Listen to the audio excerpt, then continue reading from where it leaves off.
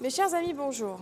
Au moment où la crise économique devient la conséquence évidente de la pandémie, nous voyons revenir sur le devant de la scène des femmes et des hommes politiques qui militent encore et toujours pour la reprise des politiques migratoires. Lundi 18 mai, Ylva Johansson, commissaire européen aux affaires intérieures, a annoncé, je cite, « Permettre aux migrants d'entrer en Europe par des voies légales sera un élément central du nouveau pacte sur les migrations ».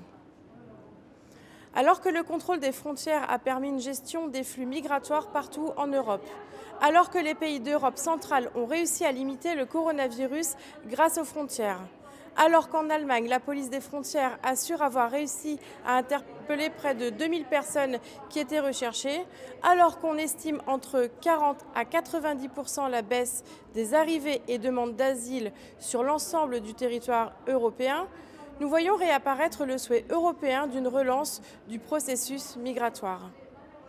De plus, d'après les chiffres de l'Office européen des statistiques publiés fin mars, le taux de chômage a atteint 7,4% dans la zone euro. Mais le pire est encore à venir quand Bruno Le Maire nous dit qu'il y aura des faillites et des licenciements dans les mois qui viennent. D'ailleurs, une entreprise sur 5 souhaite licencier 20% de ses effectifs. Malgré ces nombreuses menaces, et alors que nos compatriotes français et européens subissent le chômage ou pire, le licenciement, les dirigeants européens et l'Union européenne poussent pour l'accélération et régularisation de nombreux immigrés. Le message est donc évident. L'accueil de migrants reste la religion des élites politiques européennes, peu importe l'actualité. Face à cette situation, défendons le contrôle de nos frontières nationales. Arrêtons avec l'Europe voulue par les no borders.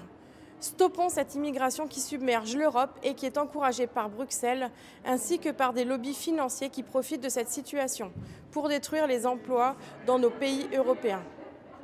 Avec mes collègues du groupe Identité et Démocratie, nous défendons et nous défendrons toujours cette ligne pour défendre l'intérêt des nations. Je vous remercie.